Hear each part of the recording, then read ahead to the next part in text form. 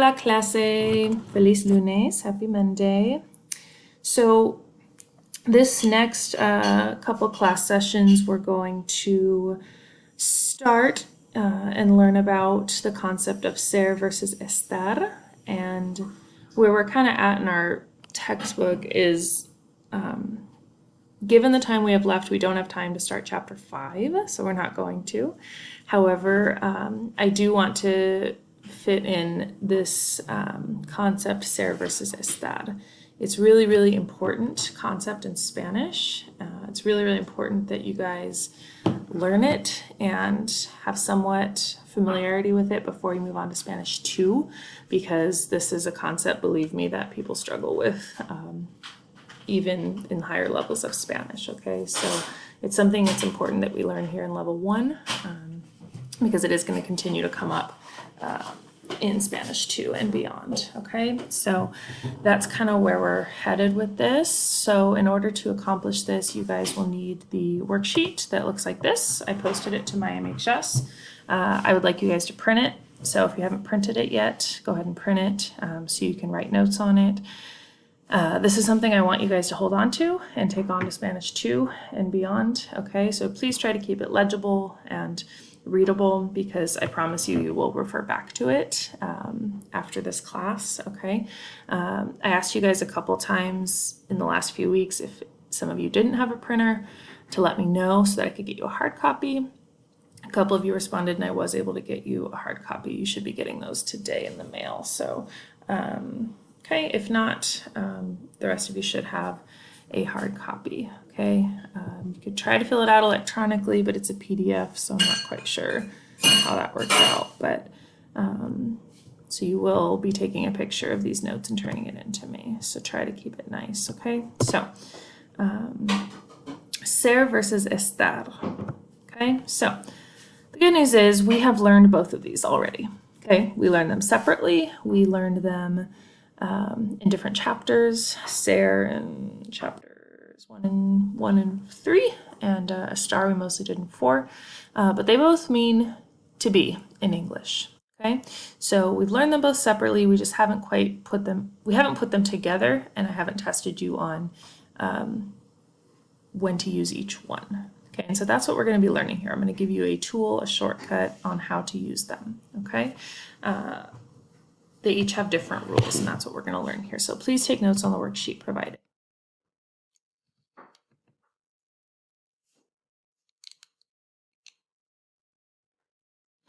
So like I said, you guys, this is a somewhat of a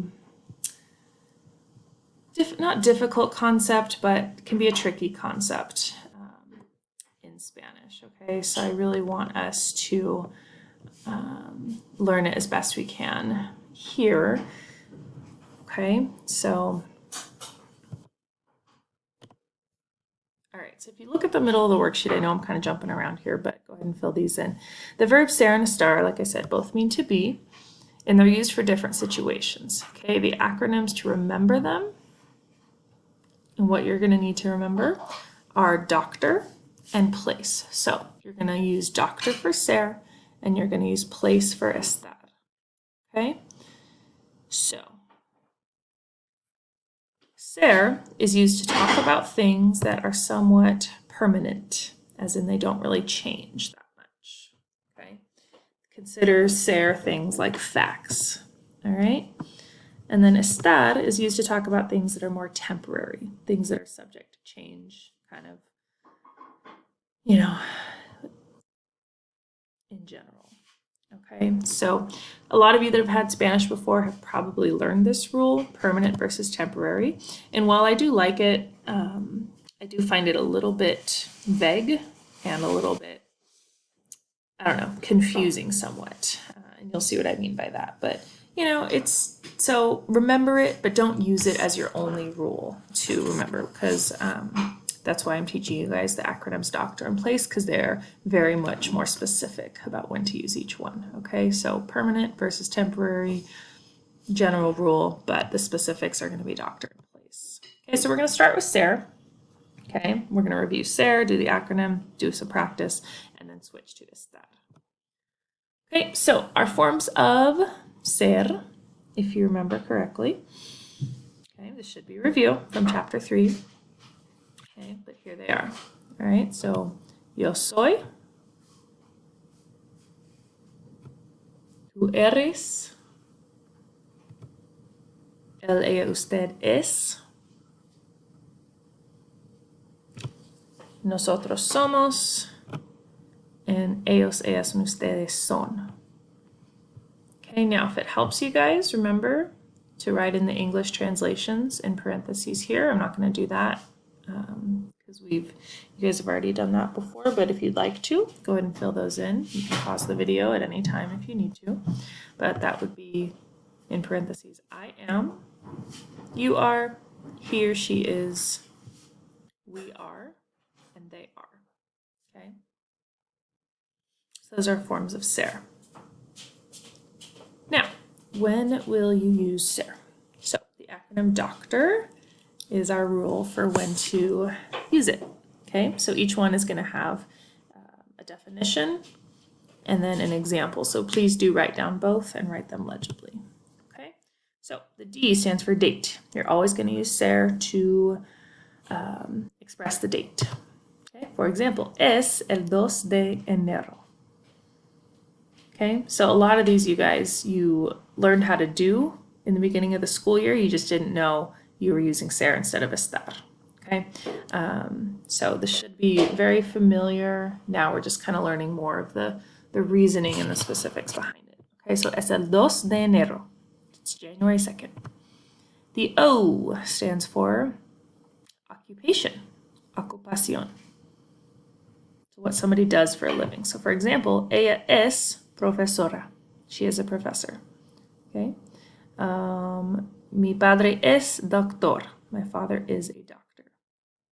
Okay. So what someone does for a living is always going to be ser. Okay. Now, like I said, guys, feel free to pause this at any time if you need more time to write. Okay. The C stands for characteristics. Características. Now, this goes for physical as well as personality characteristics, okay? We did a lot of these in chapter 3 when we described our family members, okay? So, for example, yo soy amable. I am nice. Mi madre es pelirroja. My mother has red hair. Or she is red-haired, sorry, not has. Mi padre es simpático. My dad is friendly. Okay, so characteristics, how to describe somebody, physically or non-physically, you're going to use ser.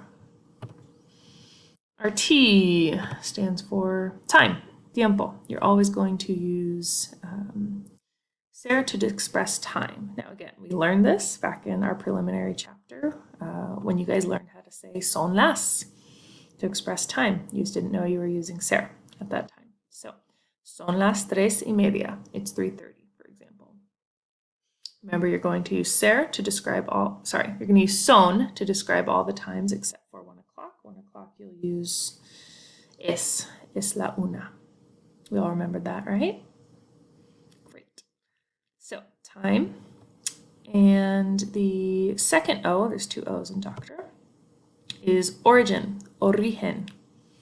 Right, so again, this is back to chapter 1, identities, when we learned how to express where we were from. Okay, so for example, somos de Mexico. We are from Mexico. Soy de California. I am from California. So to express where someone or something is from, not just a person, you're going to use origin. Okay? You're going to use ser. Sorry. And then our last letter here, R, is for relationship.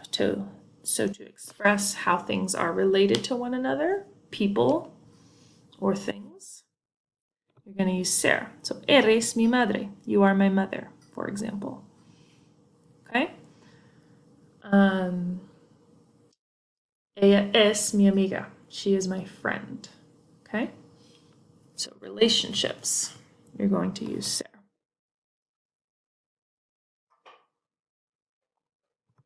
Okay, so let's do a little bit of practice with ser. So you're going to go ahead and fill in the blanks here. Go ahead and you can either turn your paper over and write your 5 answers here, or you can do it on a separate sheet of paper if you don't want to write on the worksheet. So it's just a little bit of practice. So you're going to fill in the blank with the correct form of ser here. So go ahead and pause the video, fill them in, and then start it again to see if you got them correct.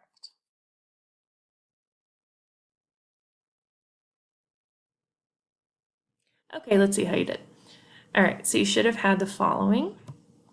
Ella es mi amiga mejor. She is my best friend. This is an example of relationship. Okay. Number 2, ¿de dónde eres tú? Where are you from? That's an example of origin. Número 3, mi familia y yo somos altos. Altos, okay, so this would be characteristics, descriptions of what somebody's like, this in this case physically. Número 4, yo soy muy inteligente, I am intelligent. Okay, so that would be another characteristic, again this time not physical but otherwise. And 5, we've got mis primos son doctores. Okay, my cousins are doctors, and that's an example of occupation. Okay. All right, so now we're going to switch to estar. Okay, and this is the verb that we just covered in chapter 4, so it should be a little more familiar to you guys. Okay, so let's go ahead and review the correct forms of estar. Okay, so you should have estoy, estás, está, estamos, and está. Okay, so remember that these 3 forms have accents on them, and nosotros form does not. Okay, so please remember to do those accents. All right, so here's our acronym for estar. Okay, so we've got the P stands for position. Oh, I said it like that, sorry, position. Okay, so where something is positioned in relation to something else. Okay, so for example, está debajo de la mesa. It is underneath the table. Okay, número 2, not number 2, but the L, we've got location. Okay, so where someone or something is located. Estamos en el aula, for example. We are in the classroom. Mi madre está en la cocina. 3, action. Action in progress. Now this one, I don't expect you guys to, I'm not going to test you on this one, but I do want you to know what it stands for. And what this is, what you're seeing here, estamos hablando, this is what we call the present progressive tense in Spanish. Okay, so meaning an action is happening right now. So estamos hablando means we are talking right now. Okay, so that is an action in progress. And then the C and the E, okay, are for physical and emotional states. So C is for condition. Okay, so está enferma. Okay, she is sick or he is sick, depending. Okay, so you guys haven't learned the word enferma too much, but that would what we call a condition. Okay. And E stands for emotion. Okay, so emoción. So for example, están tristes, they are sad. Están contentos, they are happy. Okay, so physical and emotional states. You are always going to use estar. Okay, physical and emotional states. Okay, so how you're feeling physically or emotionally. So remember that. Okay, so we have our acronym here, place for estar. All right, so lastly here, let's just do some practice with estar specifically. Están contentos. All right, sorry guys, I'm not quite sure where I was before my computer froze. Okay, so, all right, so you should have last one, están contentos. My cousins are content or happy. Okay. All right, lastly, here you're going to now choose between ser or estar. Okay, so using your charts, see if you can go through each one and determine which part of the acronym it is, doctor or place, and then fill in with the correct form of ser or estar. Okay, so go ahead and pause the video, do that now, and then we'll see how you do. Okay, so, all right, let's see how you did. So you should have had the following. Mi abuelo es viejo, characteristic. My grandpa is old. Okay. Yo soy de España, origin. Mis amigos están en la cafetería, location. Ellos son mis primos, relationship. We've got tú eres talentosa, you are talented, characteristic. And then we've got ella está contenta, she is happy or content.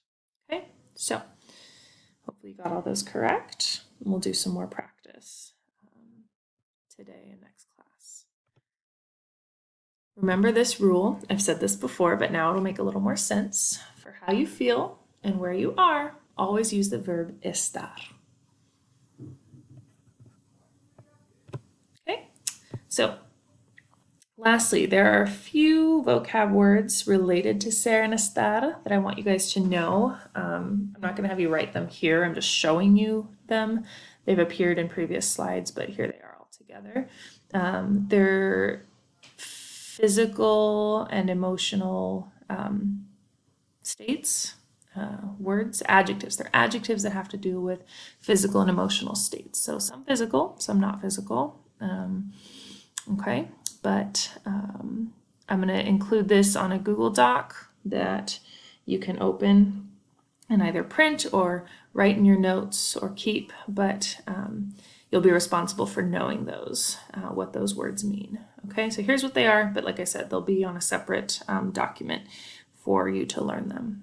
Okay, all right, so once you have finished this worksheet, you're gonna take a picture of it and upload it to my MHS. I don't need your practice that you did on the back. I'm just gonna trust you guys did it. But do take a picture of the completed worksheet and upload that to my MHS, okay? Second thing you're gonna do is you're going to write on my MHS, there'll be an assignment for this, 6 sentences using ser or using estar, okay? So I need 3 examples of each. 3 using ser and 3 using estar, and they must be different forms, okay? So you can't use está, está, está 3 times, okay? They need to be different forms, okay? So I need 6 complete sentences total. Please do the accents for estar, okay? All right, so I need 6 sentences turned in on my MHS in addition to today's worksheet.